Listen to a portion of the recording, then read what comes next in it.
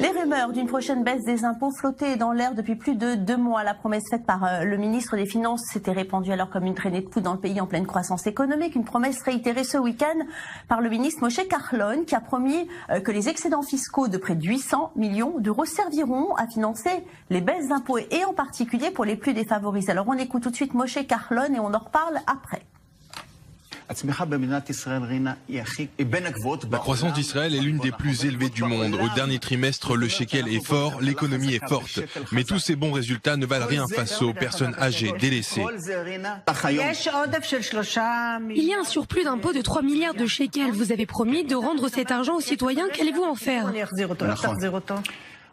Je dois vérifier les résultats de ce semestre et le mois prochain, je dévoilerai mes réponses. Cet argent ne restera pas dans les caisses de l'État, il sera rendu aux citoyens. Par exemple, pour les handicapés, pour le 3e âge, pour la diminution du coût de la vie.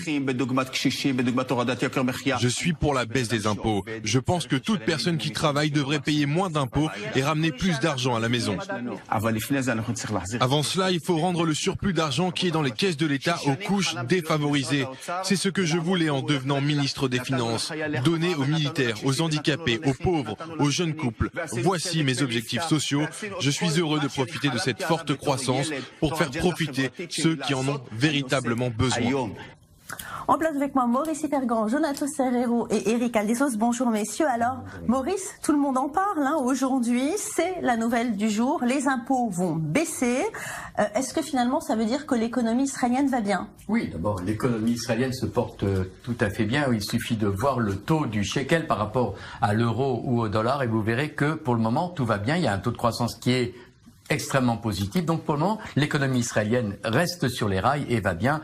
Il y a par contre des gros problèmes, des problèmes notamment dans ce qui concerne le logement. L'accession à la propriété est quasiment impossible pour les jeunes couples. Il y a des problèmes dans l'agriculture qui est en crise et des problèmes, vous l'avez entendu, des problèmes sociaux pour les handicapés, les personnes du 3e âge. Donc il y a trop d'argent dans les caisses de l'État. Cet argent doit retourner au public comme l'a promis le ministre des Finances. La question c'est comment va-t-on faire pour redistribuer cet excédent fiscal pris par l'État? Alors il y a plusieurs solutions. La première solution, celle qu'avait été évoquée un peu ce matin, c'est de dire il y a 8 millions d'habitants en Israël, il y a à peu près 800 millions d'euros d'excédent fiscal. Si on divise 800 millions par 8, ça fait à peu près 6 euros par personne. Est-ce que ça arrangera les affaires de certains? Je ne suis pas sûr. Donc le ministre de l'économie, des finances, lui propose tout simplement d'aider les secteurs défavorisés et notamment les jeunes, l'accession des jeunes à la propriété et le 3e âge et les handicapés. On a vu par exemple il y a 2 semaines des images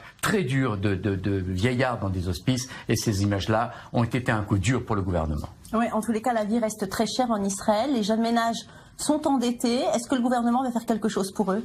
Écoutez, il était question d'abord d'imposer le 3e appartement pour les propriétaires de manière à subventionner l'acquisition d'appartements pour les jeunes couples. Ce projet de loi est bloqué devant la Haute Cour de justice par l'opposition qui est pas contre l'idée, mais qui est contre la procédure utilisée par le gouvernement pour faire passer son projet. Donc pour le moment, là, c'est bloqué. Oui, parce que c'est une procédure qui est passée durant la nuit. C'est une procédure qui a été passée carrément en fraude durant la nuit, sans vrai débat parlementaire. Donc l'opposition s'est saisie d'occasion, bien que selon les responsables de l'opposition, ils sont tout à fait d'accord pour l'imposition du 3e appartement, de manière à pouvoir permettre l'accession des jeunes couples au logement. Mais il faut savoir une chose, c'est que le gouvernement a déjà agi, travaillé. Il y a 8000 jeunes couples qui ont déjà signé un contrat d'acquisition de logement.